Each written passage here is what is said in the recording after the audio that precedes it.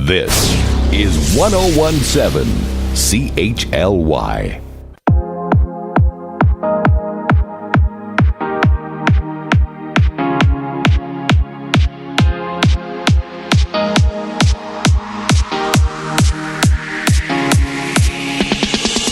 It is Wellness Wednesday. Welcome to the Wellness Radio Show, the Chronic Wellness Radio Show. I am your host, Sandra Sova, and it is my pleasure to be with you here again today in the CHLY studios. How's everyone doing? How are you doing with this weather? I have to talk about the weather. This morning, it was absolutely not nice at all. It was blustery. It was windy. It was rainy. It is trying to clear up out there a little bit right now. But boy, oh boy, what an incredible November we have been having. I hope you've been able to get outside and enjoy it. I know I've been doing as much of that as I can because I know that these days are numbered. And the good news, though, is the forecast is to have nice sunshine back for the weekend. So fingers crossed, and let's enjoy that as much as we can. On the nicer days, we have been having some absolutely stunning sunrises. If you're anywhere near downtown Nanaimo or Departure Bay, you may have seen them. I was on my way downtown about 7 a.m. This past Monday morning, and I just had to pull over at Departure Bay Beach and take in the beautiful sunrise and take some photographs. There were also about 4 other cars doing exactly the same thing. Talk about a nice way to start the day. And it's, a way to connect with nature. And when the temperatures are mild without wind or rain, just wonderful. It was a gratitude moment for sure. And I'll try to hold on to that feeling instead of thinking of what may be coming with winds and rains. This past weekend was actually pretty busy for me. And I'm reminded that it's a good time to amp up in the self-care department. Self-care is our topic today, and it's a perfect time of year, I think, to be checking in and taking sort of an evaluation of where we're at right now as we head into what can be a really busy time of year. We are going to look at what it means to practice self-care. And in our second half of the hour, I'll be sharing with you some of the really, really great ways that other people are using the practice of self-care. I've been gathering up some ideas and input, and I can't wait to share those with you. So when I say self-care, what comes to mind? And do you have a positive or a negative response to the term? I find that people are either like, oh yeah, self-care, I am all about it, I do it all the time, it's super cool. Or there's the self-care, no thanks, I don't have time for that. We've all heard the term self-care, and it means so many different things to different people. And at its basic level, self-care is taking care of ourselves. And when we think about that makes sense, right? We want to take care of ourselves. Why wouldn't we? But how good are we when it comes to actually putting that into practice? I think that's something that is worth asking the question. Where are you right now with self-care? And what does self-care even mean? Is it something that you make time for on a consistent basis? Or is it one of the things that you put on your to-do list, but it just never makes it to the top of the list? It's one of the things that the intention is always there, but when it comes to executing and actually getting it done, do you make time for that to happen? Another question is, do you think of self-care as optional, or is it a necessity? Practicing self-care does not need to be complicated or time-consuming. It's not a one-size approach that fits all. It's not a specific activity, and it also doesn't have to cost a thing. When it's done right, practicing self-care becomes a lifestyle, and there are many, many long-lasting benefits that come as a result of that. Now, before you say that, no, self-care is not something that you need more of, or that you're in the camp of those that say, no, I do not have time for self-care, consider for a moment that you may want to challenge what self-care actually means. Self-care is not simply pampering ourselves. And it's not limited to things like meditation and yoga and spa days, though those are really great. Self-care is a strategy for wellness. It's a strategy for taking care of ourselves. When we neglect self-care, it's like we're on a path to being unwell. And with all things, if it's neglected and it's accumulative, it can have sort of the results that are the opposite of what we're looking to achieve. Self-care is both preventative and it's restorative. As a society, we're really, really busy these days. It's a fast-paced world, and so many of us are constantly on the go. The list of things to be done is ever growing, and our lifestyles can be very demanding. And I think that, we sort of get into the pattern of this. We sort of get into the role and the routine of always being busy and always having a lot to do, if not too much to do. And with that, many times we're pushing ourselves beyond what is reasonable, and it can become sort of the normal way of doing things. Don't you find that there's almost a reward that is sort of a mentality for us to do more, take on more, to multitask? When we're thinking about self-care, it's about balance and boundaries. It's about paying attention to our needs, from the basics of things like proper sleep and nutrition, and how we manage stress. When we see value in it, and when we practice self-care, it allows us to be active participants in our wellness. Self-care means we choose to take care of ourselves before the point of exhaustion or illness sets in. Think about that. We make the choice to take care of ourselves before we get burnt out, before we're feeling the effects of overdoing things, before we are exhausted. How many times do we violate this simple premise of self-care? How many of us hold the belief that it's necessary to overwork, overextend, get things done, to always be in that space, in that pace? We put this expectation on ourselves for sure, but we also get the expectation from others in our lives. There's a lot of demands on us. Our jobs can be demanding. Our world can be demanding, managing everything that we have on our lists. Our job, though, really is to navigate successfully through whatever comes our way and try to do that without sacrificing our wellness in the process. I was looking around and doing some research about self-care and the whole concept around it, and I really like this definition of self-care. Have a listen. Originally a medical concept, self-care refers to consciously taking responsibility for meeting your physical, mental, and emotional needs. Self-care does not imply selfishness or narcissism.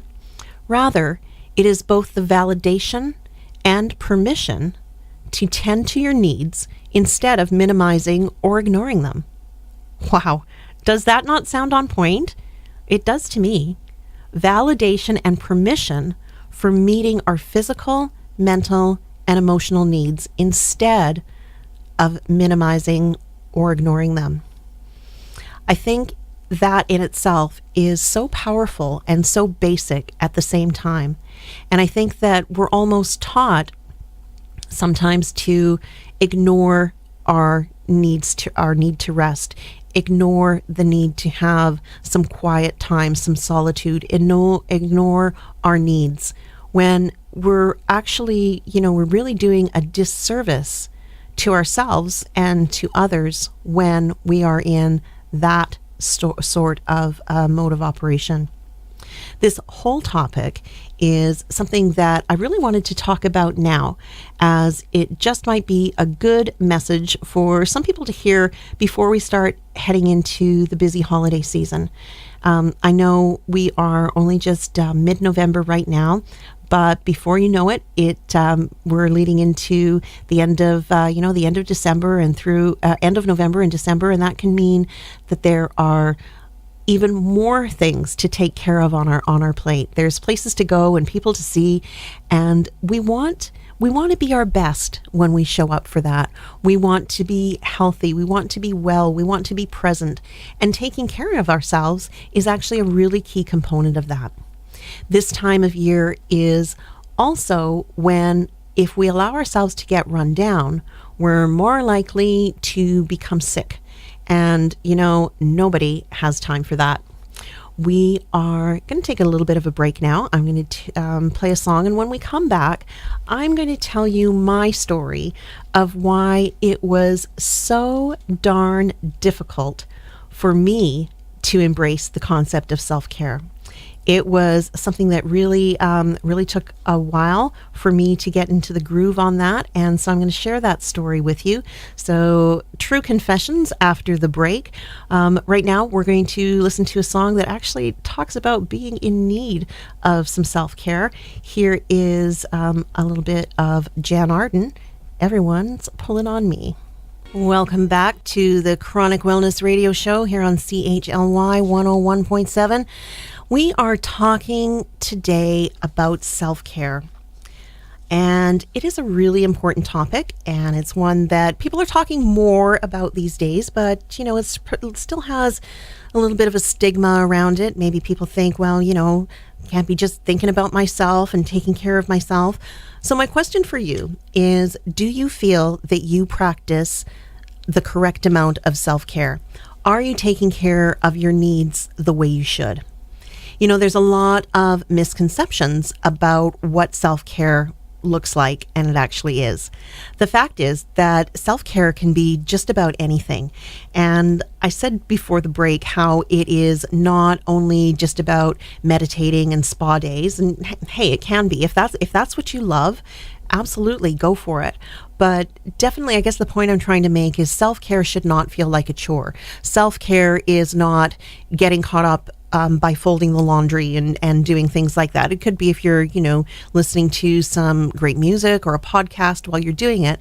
But self-care is not chores. Self-care is taking care of our wellness and our well-being.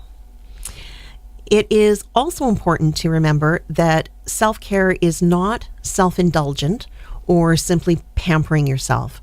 Remember, self-care, it is a long-term strategy for our ongoing wellness. Some of the most common reasons that people say that they don't practice self-care is that they don't have time, that they're too busy with everything that they have to do between the job, the family, the healthcare of their own other issues, that they're just too darn busy to take care of things like self-care. That's sort of, it's on the list, but it never makes it to the top of the list to get taken care of. We're also really very busy taking care of others. And, that can take up a lot of time. So we just don't find time for ourselves at the end of all that. Another thing I hear is people get the wrong impression of self-care, and they're like, no, you know what? That's not really my type of thing. I'm not really into pampering and that kind of stuff. Well, as we've been talking about, that's not really the gist of what self-care is all about. Sometimes people think that, they'd love to do things for self-care, but not only do they not have the time, they don't have the money, they don't have the resources. So maybe that's sort of a mindset of thinking, well, self-care is that tropical vacation, or it means, really splurging on wonderful things and going places. Again, it can be, but it does not have to be. You do not have to spend money in order to practice self-care. There's another one that has come up, and that is when people say, you know what? I have no idea what that would even look like. And that's an indication of someone who has been pushing so hard for so long that the concept of taking care of themselves is really quite foreign to them. So I talk a lot on the show of how I really try to make self-care a priority. However, it has not always been that way. In fact, for the longest time, not only did I not practice self-care at all, I was practically in an opposite mindset. I could have been the poster girl for anti-self-care. I think that some of it stemmed from the fact that from a really early age, I decided to cope with and basically suck it up when it came to any sort of pain or discomfort. Chronic pain was pretty much a constant companion of mine, so I made a deal with my pain, and I would do what I could to prove that I was tougher than my pain. I was in charge, not it. And in some ways, wow, what a great skill. Like, that's really awesome.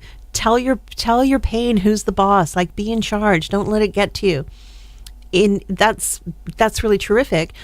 But when we think in the area of self-care, and when we think of that from the perspective of an 8-year-old child, maybe it is not the best strategy. My anti-self-care relationship continued during most of my career.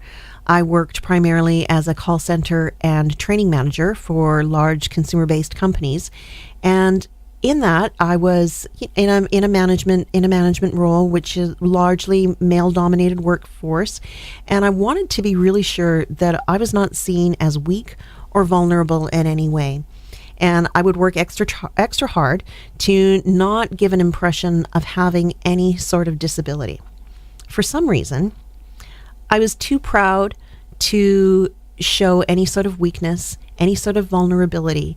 And even though it seems ridiculous now, when I look back on it, I was doing things like not even taking my allotted sick days every year because I had it somehow in my mind that, heaven forbid, somebody commented that I needed to take time off because of my aches and pains or something like that. So what I was doing, in a sense, went a little bit beyond the lack of self-care. It was actually self-sabotage. So that's, back in 2012 and before that, I just didn't have time for it. And that truly was the sense. That was my perspective. I thought that was the actual truth, but it was definitely my mindset. I also don't think I really had an understanding of what actual self-care was.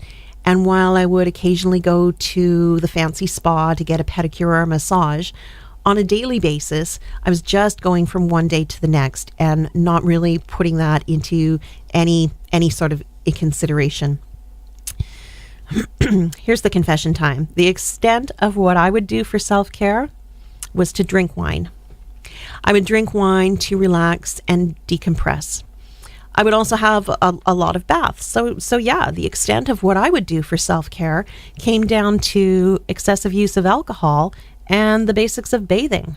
Yep, self-care, got it covered, tick the box, all good. Wow. Nothing could be further from the truth. In fact, forget the lack of self-care. Like I said, I was really self-sabotaging and practicing self-harm. I didn't realize it at the time, or maybe I did. I was just stuck in the pattern, but it was not something that I made a priority. When my health issues took over and I was forced to slow down, I really didn't have a choice. I was sort of taken out of the game that way, and as a result, self-care developed into a new habit. The practice of self-care became a non-negotiable for me, and it became something that I put a tremendous amount of value on and that I actually would seek out. And it's one of the gifts that I've come away with having gone through my cancer journey. Am I perfect at self-care? No, I am not. There are times that I need to be reminded of how important it is. And there are some times when I am experiencing the results of not practicing self-care and what it does to my health and to my well-being. When it's neglected, it is I start going into a space of unwellness in just about every area of my life. The difference now is that I recognize the signs early. I recognize that the balance has shifted and that I'm not doing the things that I should be in order to take care of myself. And because I recognize the signs early, I don't allow the pendulum to sway too far onto the deficit side of things. And so that's a really big change for myself personally. A lot of it has to do with the mindset and a willingness to put aside my previous stance of wanting to and being able to handle it all and to take everything on. I started to realize that the badge of honor that I was carrying around by pushing myself and being able to do way more than I should have was causing so much harm. The good news is that you don't have to have a massive wake-up call like going through cancer or a 2-year arthritis flare-up like I did to make the changes necessary to want to embrace self-care. It really can be something gradual. It can be something that you start with just a few basic things. So let's get into talking about what some of those things might be and what self-care might look like at a real basic 101 level. According to a recent article in Psychology Today, here are 9 principles of self-care that we should be paying attention to. The first one is knowing and setting your limits and learning when to say no.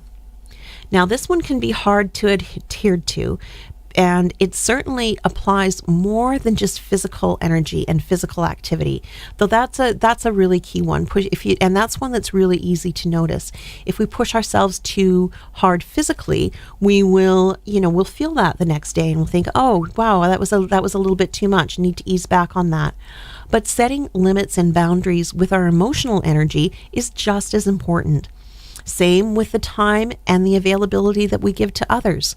There's only so many hours in any given day or week. And are we always putting that time and that focus to everything but ourselves?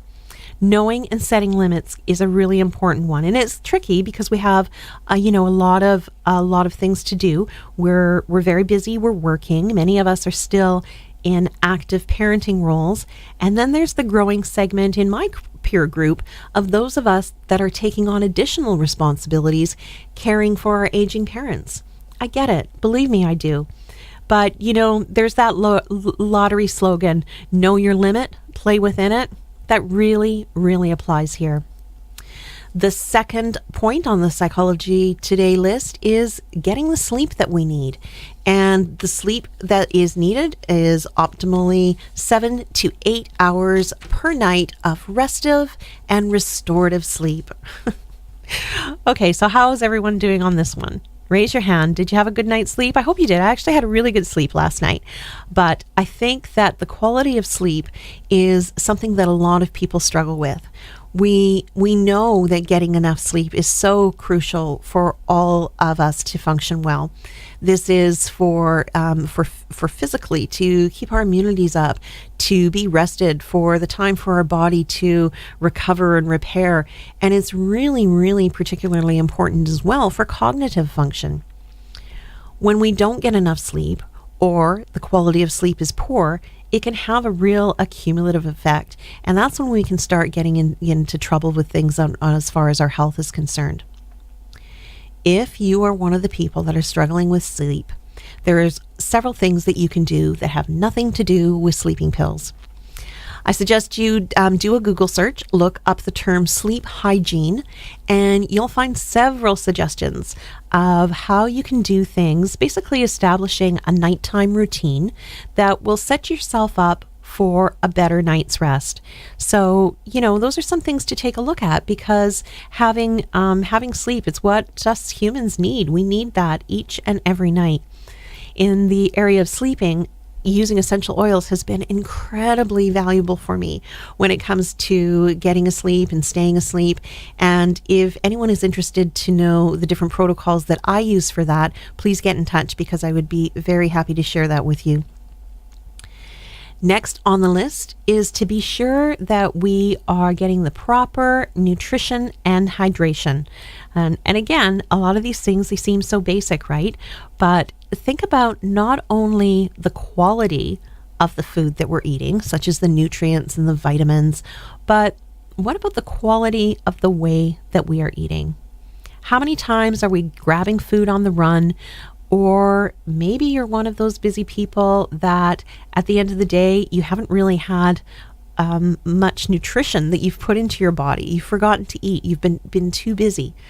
Or I know so many people that you work a job, you work at a desk, and when it comes time for lunch, you will not even allow yourself a 30 minutes or more to go and enjoy taking in some food and nutrition and a break. You're more than likely to eat that lunch really quickly at your desk, and maybe even do that while you're still working or multitasking or checking something on the internet. You know, not only do we want to ensure that we're getting proper food and nutrition, we should really respect that is one of the, the real basics of providing fuel for our bodies. And we want that fuel that we're putting in, not just so that we can get by, but we want to be able to thrive. So that is a real one to take a look at for self-care. Next one on the list is find ways to decompress throughout the day. And if not throughout the day, definitely at the end of the day, if you're coming in from having, working at a job away from home, or even if you can find ways to do it throughout the day. Think of this one as stopping and giving your mind and body a refreshing break to shake off with whatever you've been immersed in and sort of reset your focus and allow yourself a moment to decompress and refresh. Next on the list, identify what you enjoy, what's fun, and try to incorporate that into your day. I like to think about this as adding extra joy. So first off, think of what are the things that you would like more of in your life. What are some of the things that you find are really fun to do? What makes you smile? What fills your heart? Those are the types of things that you want to see if you can find ways to bring that into your world on a regular basis. The next point on, again, we're talking about self-care and reviewing the list of 9 steps of the foundations of basic self-care from Psychology Today. The next one on the list is feeding your spiritual self. And this is by connecting to something greater, by slowing down, by being mindful. Some people find this through meditation or prayer or by practicing yoga. Whenever we can find a way to connect with even nature by going outside, it helps us to connect to that side of things that are more intuitive, more in with our soul and our spirit. And for me personally, I love when going outside, I can also connect with any sort of animals and wildlife, whether it's the birds on the beach or the deer in the backyard, any sort of that, or very beloved pets. When we connect in with animals as well, I think that really helps to tap in to the more spiritual aspects of our being. The next item on the list is the ever popular exercise. Moving our bodies, stretching, strengthening, and sweating does wonders for our mind and body. How often do you participate in some sort of physical activity where you're actually breaking a sweat, when you're actually getting that blood pumping, getting that heart rate up? Regular exercising at whatever level you are able to increases not only your strength, but it also ups the endorphins and all the feel-good hormones that we have. Exercise is an excellent way to show respect for our bodies and ourselves. And this is one of the things that I never did in my previous lifestyle. And I had all the excuses / reasons for why. I didn't have time. I was in too much pain. I didn't have the energy. It doesn't have to be, again, you find ways to do what you can do. And movement doesn't mean you have to go to a gym. You don't have to sign up to your local parks and recreation program, although that works great for someone like me. I love having the ability to go and use the equipment at the gym, but it can be as simple as going for a walk or even just doing some stretching and movement. And movement throughout the day is really, really important. The next two are quite closely related, and these are using relaxation techniques and doing deep breathing. So relaxation techniques can be just about anything. Again, a lot of things that quickly come to mind in this area are things like visualization or a mindfulness meditation or like breathing exercises. And it's basically a way to stop, take yourself out of the busy or work mode that you're in, and do some things that will help to allow you to relax and decompress.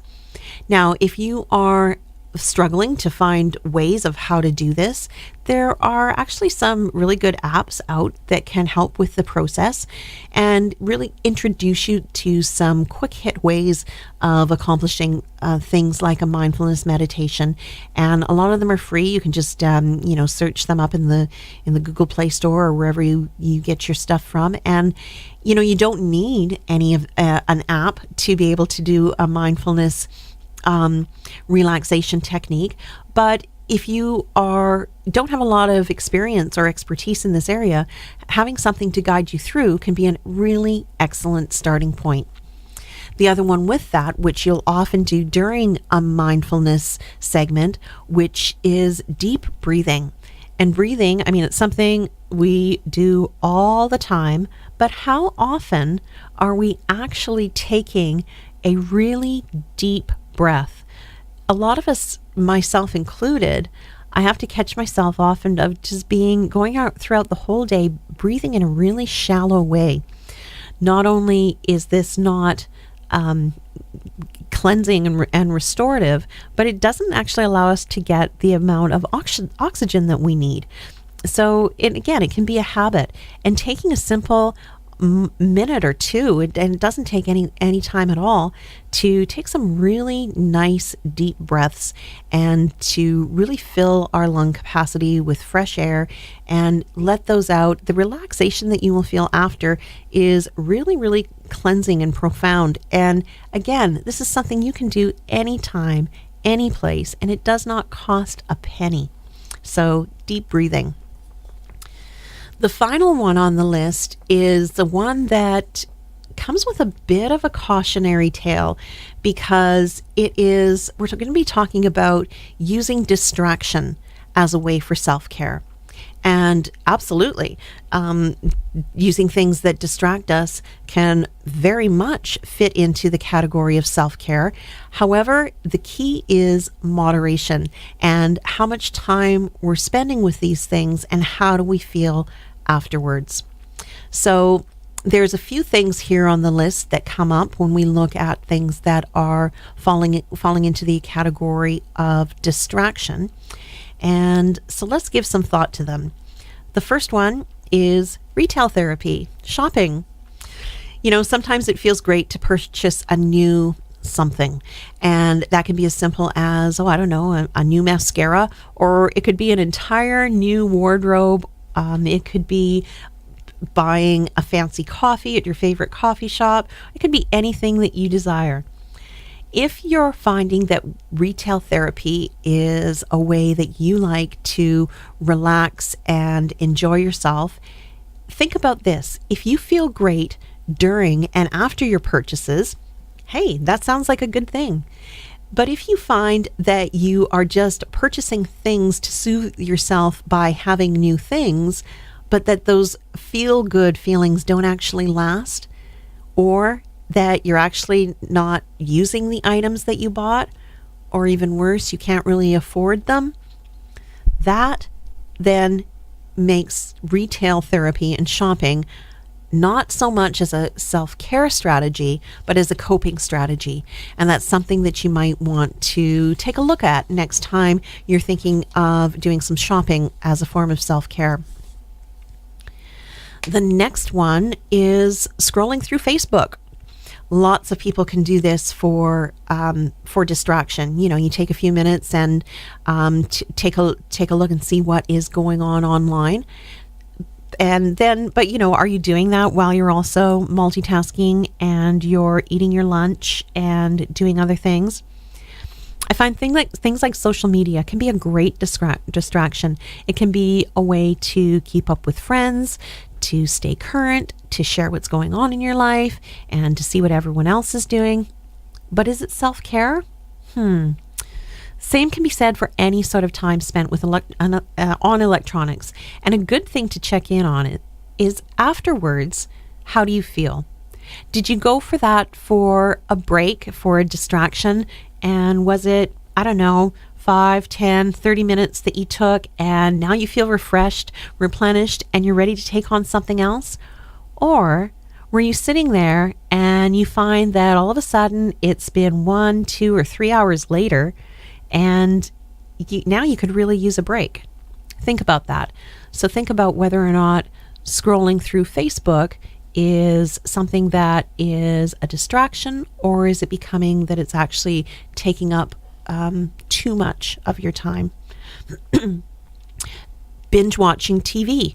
Again, we've got, how many times it's exciting. I enjoy it as well. Finding a new television series or something and being able to watch it repetitively. It can be great. It can be a great distraction. But again, it's the time that you're going to want to take a look for that. Have you found that it was a nice break? You feel uplifted and energized, or was it draining and you feel that now you need something to perk up afterwards? Again, it's all about the duration and how much time we're spending on these things. Another one that fits into this category is drinking alcohol. You know, having a glass of wine absolutely may fit into something that you're doing for self-care. And the thing to look at here, is it having the glass of wine as a part of doing something else, or is it the wine itself that's the self-care? And if that's the case, do you keep refilling the glass over and over again? If you do, you're probably kidding yourself that it's self-care. And I'm not being judgmental here. I'm actually speaking from experience. Alcohol used to be one of my go-to methods for unwinding. It turned into a habit that I was very fond of. And then as it went along, I would find that I was using more and more alcohol, and I was actually using it to self-medicate, which is not at all self-care. I still do enjoy alcohol, but the way that I use it has changed. And a lot of that is simply by having more awareness of what I'm doing, and also by having more respect for what I'm putting into my body. Self-medicating as a whole, whether it is through alcohol or other substances, it can be a dangerous place to be, especially when you are mislabeling it as self-care. That said, one of the things that makes this aspect more challenging is if you are in pain, for example, and that can be physical or emotional pain, you deserve relief. The quality of your life depends on having your pain managed and addressed. But clearly, we don't want to be managing and addressing these sorts of things by self-medicating with overuse of alcohol or drugs. Just an area to look at.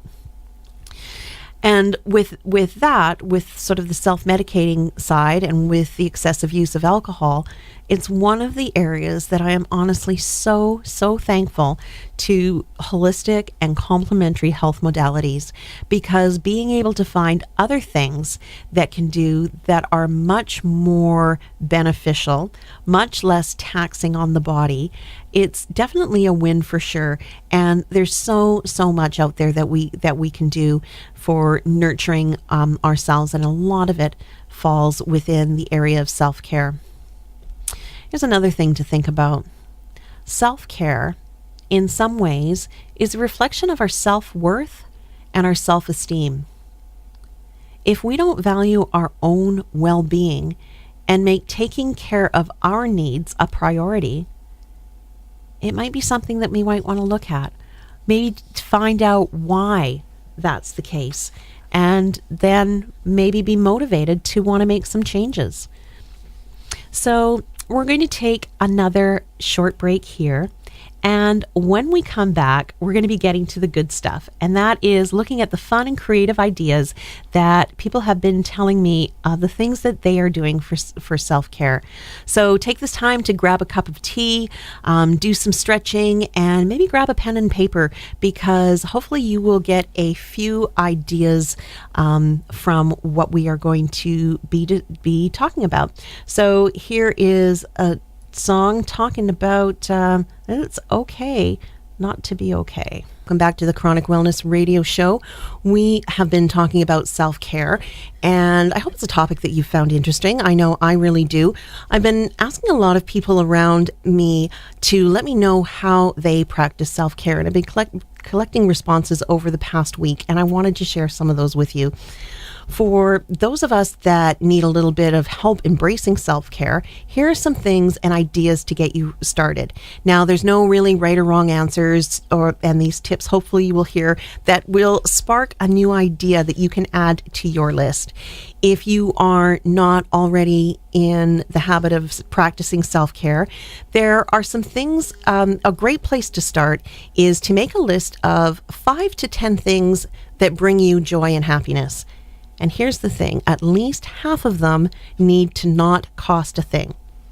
Really, all of them don't have to cost anything at all, but make sure your list isn't always just things that you are purchasing or buying, but make a list of 5 to 10 things, and then try to spend 30 minutes a day doing something off of your list. It can be anything that brings you joy, and it should be something that replenishes you versus draining you.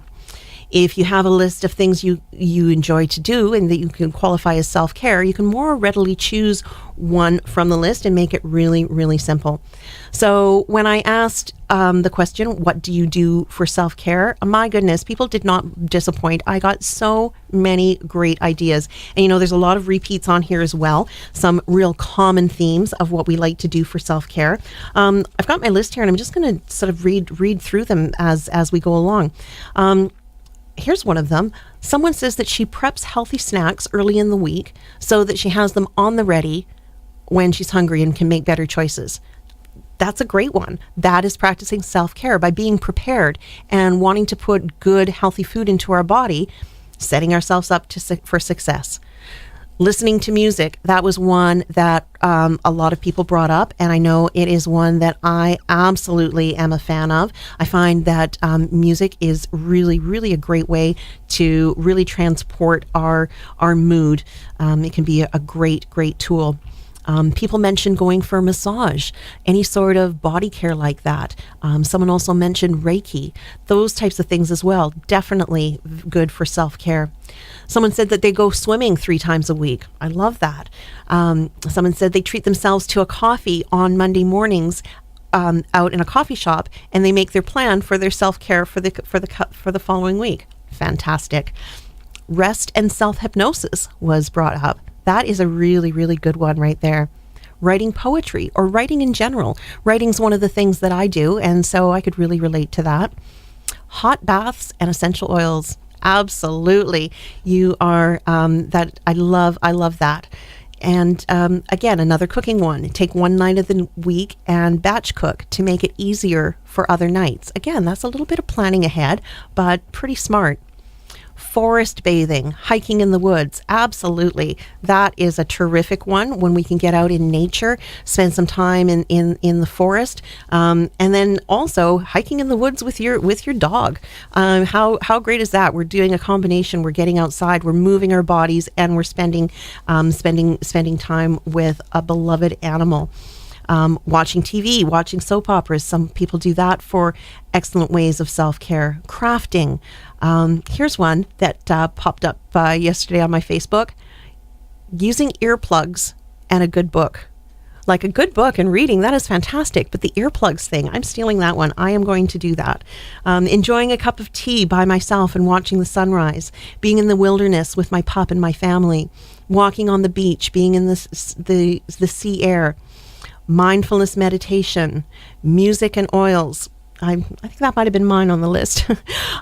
Pets, cuddling with our fur babies, positive energy from healing from crystals, journaling, painting, kickboxing.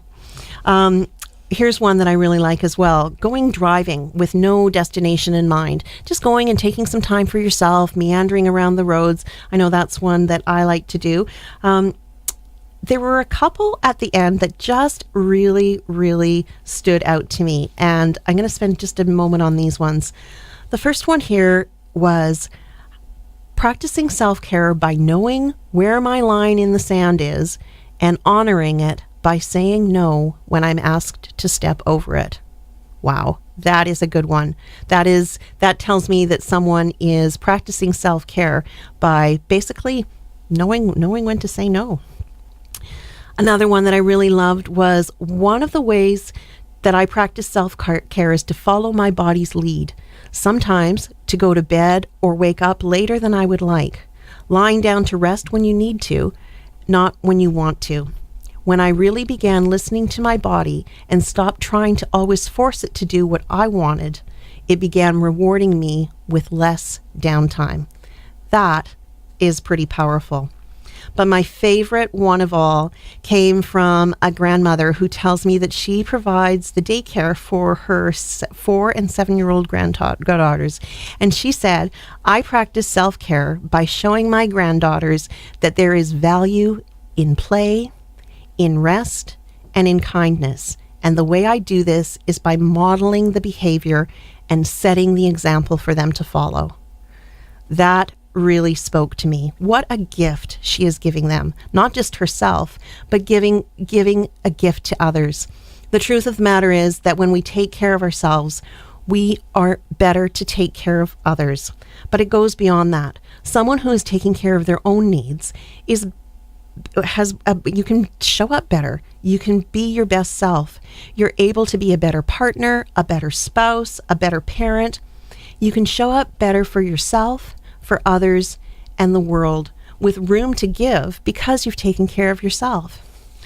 If you are someone who is stuck in the mode of having to do it all and that nothing can be done without you and that you have to take care of everyone and everyone else's needs and you don't have time for self-care, my advice to you is get over yourself. You're important, but you're not that important. You need to take care of yourself. The world needs you. Your family needs you. But we want the best version of you. We want you to be able to show up healthy and happy and well-rested and vibrant. And so by taking care of ourselves, it's really, really super important. And it is one of the very best gifts that you can also give your family and your friends and your colleagues and your employees. I know when I wasn't practicing self-care, I was probably a pretty grumpy manager many days, and so I have some regret from that, and I really wish I would have hopped onto the self-care bandwagon a lot sooner than I did. But it's never too late, and it doesn't have to be a great big thing that you can do. You can start really small, just make a few steps here and there. So, I encourage you to do that. And if you would like to have any guidance of how that might look like and how maybe you might want to do like I do and incorporate essential oils into your self-care practice, please get in touch with me. Again, my name is Sandra Sova, and you can find me over on my Facebook page, Chronic Wellness Tips, for essential oils Nanaimo. This has been Wellness Wednesday on CHLY 101.7. I thank you so much for sharing your time with me today. I hope it's been helpful, and I wish for you all to carry on and have a great day. May we all be chronically well.